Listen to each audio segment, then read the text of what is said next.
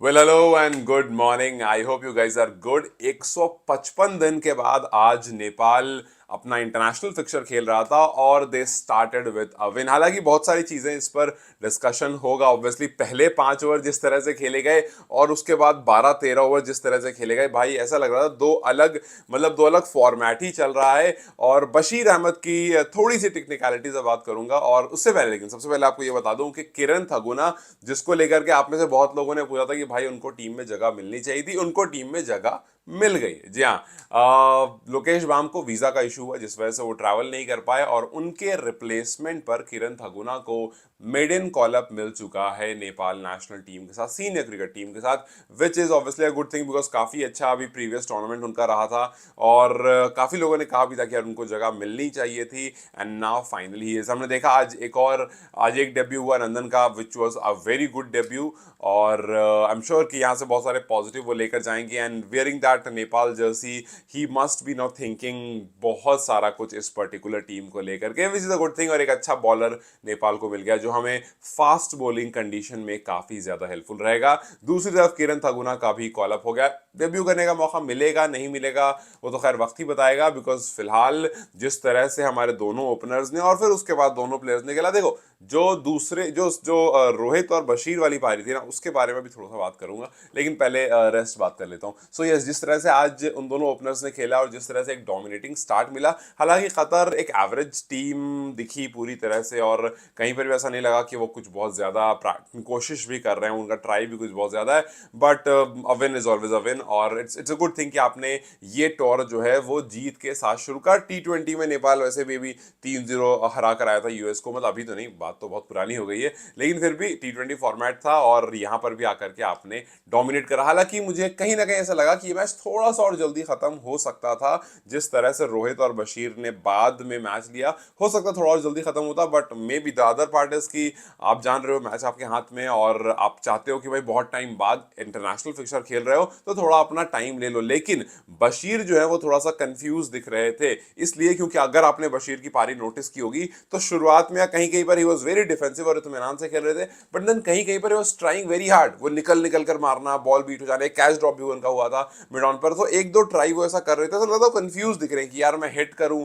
या मैं रुक जाऊं, मैं रुक कर खेलूं या फिर मारा खेलूं। और ये वाली कंफ्यूजन जो अच्छी नहीं लगती बैटर पे, क्योंकि अगर ये कंफ्यूजन रहती है आपको, अगर शुरू, और ये तब हो रहा है जब आपको अच्छी स्टार्ट मिल गई थी, अगर अच्छी स्टार्ट नहीं मिलती और आपको फिर खेलने को मिलता, फिर तो आप वही वाला गेम हमें दिखाते जहां पर आप प्रॉपर ओडीआईज खेलते, और आप भी शायद अगर पूरे 20 ओवर खेलने का मौका मिलता तो 150 के आसपास का ही स्कोर कर पाते। लेकिन ठीक है, बहुत ज्यादा नेगेटिव नहीं है तो उस पर हम बहुत ज्यादा नहीं जाएंगे। लेकिन जिस तरह से आज कुशल बुटेल और आसिफ शेख ने खेला, 19 बॉल में 38 की पारी बुटेल की वॉज एक्सेप्शनल। आसिफ शेख भी भाई बराबर वाली बिल्डिंग की बैल्कनी में छक्के पर छक्के मार रहे थे। सो यस, जिस तरह से कुशल ने स्टार्ट किया बहुत अच्छा था, लेकिन जिस तरह से कतर ने स्टार्ट किया वो और ज्यादा अच्छा था। मतलब मैंने अपनी लाइफ में पहली बार देखा कि जो करंट रन रेट होता है ना, आई डोंट आप लोगों ने नोटिस किया है नहीं किया, करंट रन रेट जो पहली बॉल वाइड, फिर वाइड, वाइड पे चौका, जो करंट रन रेट के सामने लिखा होता है वो यूजुअली क्या लिखा रहता है, 5-6 जितने भी रन रेट पे मैच चल रहा है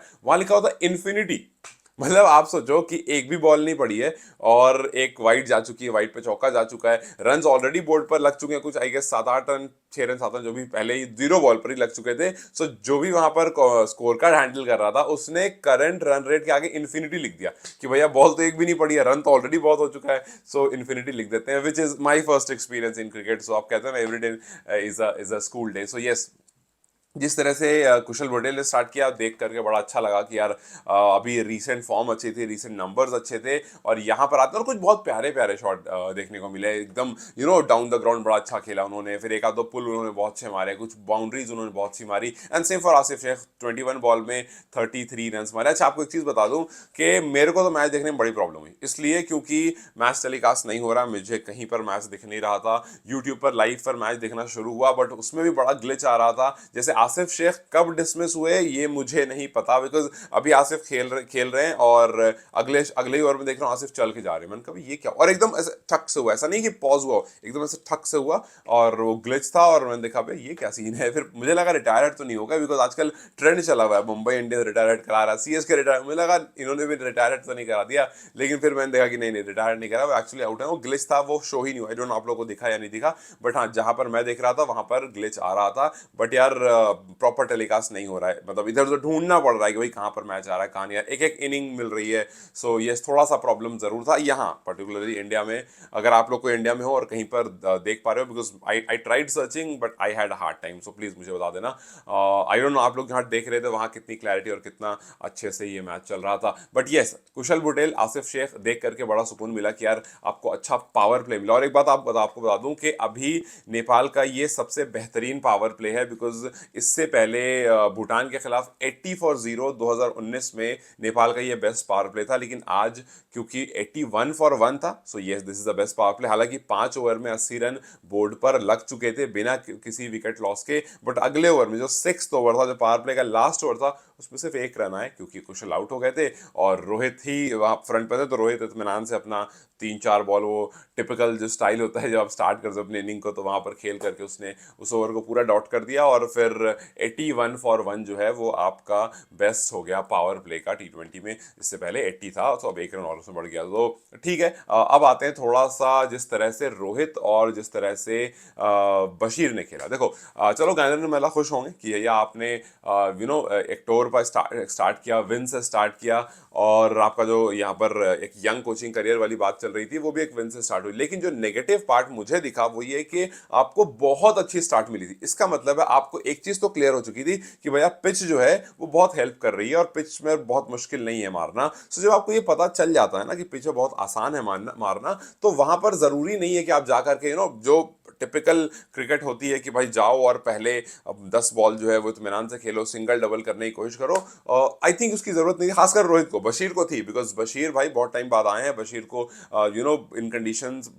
खेलना, समझना, इस पर्टिकुलर जर्सी में खेलना, सो उनको थोड़ा समझ में आता है। लेकिन रोहित को इतना कुछ करने की जरूरत नहीं थी, उन्होंने बाद में तेज जरूर करा। सो आई थिंक कि एक वहां पर थोड़ा सा कुछ चेंज किया जा सकता था। आप डोमिनेट कर सकते थे, सामने वाली टीम कमजोर है उसको रियलाइज करा सकते थे कि आप कमजोर हैं, हम स्ट्रांग हैं, और कुछ शॉट वहां पर वो डिफरेंटली खेल सकते थे। रोहित की बात है तो बात फर्स्ट इनिंग की भी करूंगा, क्योंकि फर्स्ट इनिंग पर टॉस जीतने के बाद रोहित ने फील्डिंग ली। इसमें इसमें दो तरह के माइंडसेट हो सकते हैं। कुछ लोग ये हो सकता है ये कहें कि भाई क्यों, मतलब फील्डिंग क्यों ली, अच्छी पिच थी, बैटिंग अच्छी थी, आप कर सकते थे, आप शुरू में करते, हो सकता है एक बड़ा टोटल दिखता हमें और कुछ और अच्छे रन्स दिखते। लेकिन यहां पर जो दूसरा एंगल है वो बस ये है कि आप बहुत टाइम बाद क्रिकेट सेटअप में आ रहे हो, बहुत टाइम बाद इंटरनेशनल फिक्चर में आ रहे हो, और आप काफी बार ना, बहुत बार ऐसा होता है जब एक कप्तान बहुत टाइम बाद अपनी टीम को लेकर जाता है तो वो ये सोचता है कि यार हम ना पहले देख लेते हैं, फिर उसके बाद उस पर एक्ट करेंगे, बिकॉज हमारे हिसाब से हमारी टीम जो है वो काफी अच्छी है। सो 155 दिन के बाद you just wanted good start. हालांकि ठीक है यहाँ पर आप पहले बैटिंग करते तो ज्यादा फायदा हो सकता था, बट देन हर चीज का दूसरा साइड भी होता है। जिस तरह से हमने देखा कि पहले 2 विकेट के बाद जब आप स्लो डाउन हो गए फर्स्ट इनिंग में, हो सकता है अगर आप स्लो डाउन होते तो आपका स्कोर जो है वो इतना नहीं पहुंचता, 180s के आसपास में रह जाता, या फिर उसका कुछ विकेट्स गिर जाती लास्ट में हिट करने में, कुछ भी हो सकता है। बट यस, अगर आप पहले बैटिंग करते तो चांसेस आपके ज्यादा अच्छे होते, और हो सकता है आप ज्यादा चढ़कर खेल सकते थे। बट ठीक है, मान सकता हूं कि इट्स ओनली बिकॉज कि आपने सोचा कि बहुत टाइम बाद आप खेल रहे हो, let's give our bowlers a try, let's give Nandan a try, और let him get this inning started, और फिर उसके बाद हमारे बैटर्स को चेस डाउन कर लेंगे, बिकॉज पिच में और ऑपोजिशन में इतना कोई खास दम नहीं है। सो मेरे हिसाब से दोनों ही ठीक था, और आप बहुत दिन बाद आ रहे थे, सो ठीक है, इट्स फाइन। बहुत दिन बाद जब आप आते हो तो you wanted to see the surface कि भैया सर्फेस कैसे खेल रहा है, और बिकॉज काफी बार ऐसा होता है ना कि जो आप आंख से देख रहे होते हो और जो मैच में चल रहा होता है वो काफी अलग हो जाता है। सो आप सोचते हो काफी बार कि पहले सर्फेस का आइडिया ले लेते हैं, ये एक वीक टीम है, इसके सामने सर्फेस का आइडिया ले लेते हैं, और फिर उसके बाद इसको खेलने देते हैं, फिर उस हिसाब से हम खेलेंगे, और हमारे पास फिर 2 इनिंग का अच्छा आइडिया हो जाएगा, फिर हम जो अगले मैच में आएंगे तो ज्यादा बेहतर परफॉर्म कर सकते हैं। जब आप लॉन्ग विजनरी थोड़ी सोच रखते हो, जब आगे सोचते हो, तो इस तरह की काफी बार कॉल आप लेते हो। तो आई डोंट थिंक इसमें बहुत ज्यादा कुछ नेगेटिव था, इट्स फाइन। हाँ, दीपिंदर सिंह आयरी अगर बैटिंग करने आते हैं तो और मजा आता देखने में। अगर जैसे आज उन्होंने बॉलिंग करी, विकेट्स उनके हाथ में नहीं आई, which is a slight negative part, क्योंकि आप रैंकिंग में बहुत ध्यान रख रहे हो कि भैया किस तरह से ऊपर चलते हैं, बट यहाँ पर आज परफॉर्मेंसेज ना बैटिंग में आ पाई, बॉलिंग में भी उनको विकेट्स नहीं मिली, तो बहुत ज्यादा पॉइंट्स उनके नाम नहीं आएंगे। बट यस, चलो ठीक है, अब आप आगे बढ़ चुके हो और नेक्स्ट मैच वी होप के थोड़ा और बेहतरीन हो। हालांकि दूसरी तरफ नेपाल वर्सेस अफगानिस्तान का जो मैच चल रहा है, वहां पर भी पावर प्ले अच्छा चला, वहां पर भी 0 विकेट डाउन थी, 50 रन वहां भी बने थे, 10 ओवर बने थे, लेकिन 50 रन वहां 10 ओवर बने, 50 फॉर 0, विच लुक्स गुड के ठीक ठाक वहां भी स्कोर चल रहा है। अच्छा,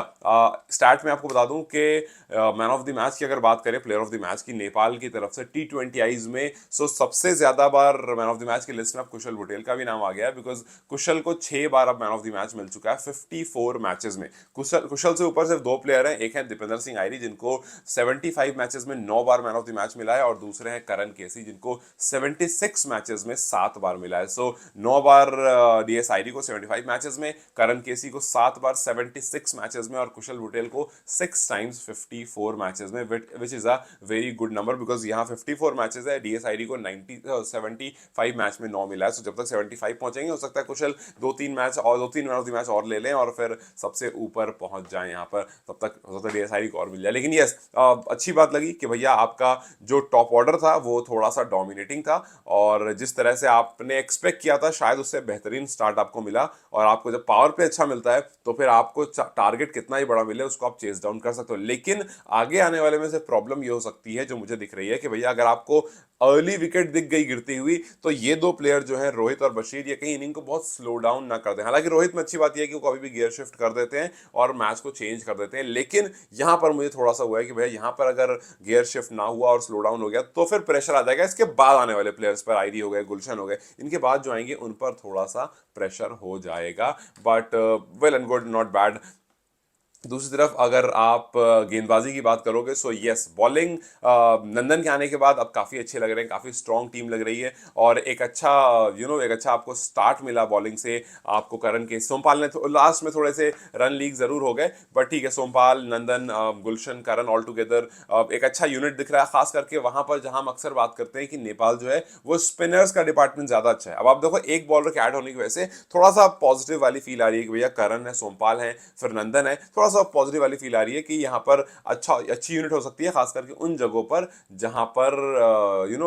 क्या कहते हैं, आपको पेसर्स को हेल्प मिल रही हो जहां पर, बिकॉज करण केसी ने 4 ओवर की है, 30 रन दिए, 1 विकेट उनको मिला, 4 for 27, सोमपाल कामी एक विकेट खैर सबको ही लेकर गया है, नंदन यादव को भी 1 विकेट मिला 4 for 28 में, गुलशन झा को भी और ललित राजवंशी को भी, डीएस आयरी को विकेट नहीं मिल पाया आज। सो यस, जैसा मैं कह रहा हूं कि पेसर्स का आपको अच्छा यूनिट मिल गया है, स्पिनर्स का यूनिट आपको ऑलरेडी अच्छा है, बस एक चीज है जिस पर आई वुड रियली वांट के स्टुअर्ट लॉ करे काम करना शुरू कर दें, और वो है इस बैटिंग यूनिट की थोड़ी सी मेंटालिटी पर। जैसे कुशल को लेकर भी नेगेटिव्स थे, ऐसा नहीं था सारे पॉजिटिव थे, नेगेटिव्स ये थे कि जब वो स्टार्ट करते हैं ना कुशल, आपने आई डोंट नोटिस किया या नहीं किया, जब कुशल स्टार्ट करते हैं तो बहुत भावुक हो जाते हैं, मतलब एक सिक्स लगाया, एक आध और सिक्स लगाया, अब उनको ये नहीं लगता है कि यार थोड़ा सा ग्राउंडेड भी चले जाए, थोड़ा स्ट्राइक रोटेट कर ले, अब ना वो मूड में आ जाते हैं। सेम फॉर आसिफ, वो भी मूड में आते हैं कभी कभी, और जैसे ही लूज बॉल मिलती है उसमें कुछ मिस्टेक कर देते हैं, अच्छी बॉल रहती है बट वहीं पर वो पूरी तरह कनेक्ट नहीं होती है, टॉपेज लग जाता है, एज साइड से लग जाता है, बैट के बॉटम से लग जाता है, कुछ इस तरह से होता है और अपनी विकेट देकर चले जाते हैं। या फिर आज देखो, पेसर से स्पिनर पर जब शिफ्ट होता है तो वहां पर वो चेंज नहीं कर पाते अपना गियर, और जिस मोमेंट में रहते हैं उसी मोमेंट में कर जाते हैं, और काफी बार वहां पर विकेट लॉस होता है। तो ये वाली जो मेंटालिटी है, जिस तरह से आप अपने आप को शिफ्ट करते हो कि भैया पेसर से स्पिनर पर कैसे शिफ्ट करें, अच्छा स्टार्ट अगर मिला है उसको कैसे कंटिन्यू करें, या अगर 2 बॉल पर 2 छक्के लग गए तो तीसरी बॉल पर जरूरी नहीं है आप तीसरा छक्का मारो ही, क्योंकि अक्सर ना आपके दिमाग में आता है कि भाई अगर पहली 2 बॉल पर अपन 2 छक्के मार दिए तो आपके दिमाग में से जाता है 6 बॉल में 6 छक्के, आज अपन 6 बॉल में 6 छक्के मारेगा, और तीसरी बॉल में कोई मिस्टेक हो जाती है। सो ये कुछ चीजें हैं जहां पर स्टुअर्ट लॉ को काफी काम करने की जरूरत है, एंड बीइंग अ बैटिंग क्या कहते हैं ओरिएंटेड कोच, मुझे लगता है स्टुअर्ट इस पर काम करेंगे और इवेंचुअली इसका रिजल्ट भी हमें देखने को मिलेगा। सो चलो, अच्छी बात ये रही कि a very good match, a very good start, a dominating match, और बैटर्स और पावर प्लेस डोमिनेशन में रहा, बॉलर्स भी अच्छे इसमें रहे, हालांकि और जल्दी, और इस टीम को और जल्दी रोका जा सकता था, बट ठीक है, नॉट बैड, बिकॉज आपने बैटिंग जिस आपने आपके पावर प्ले ने ना सारी जो क्वेश्चंस एंड आंसर्स थे उसको सॉल्व कर दिया। बट यस, थोड़ा सा मैच देखने में प्रॉब्लम आ रहा है, लेट्स होप कि अगले मैच से वो प्रॉब्लम रिजॉल्व हो जाए और फिर उसके बाद हम और बेहतरीन तरह से इसको एक्सपीरियंस कर सके। Till then, you guys take care, I will see you very soon. Bye.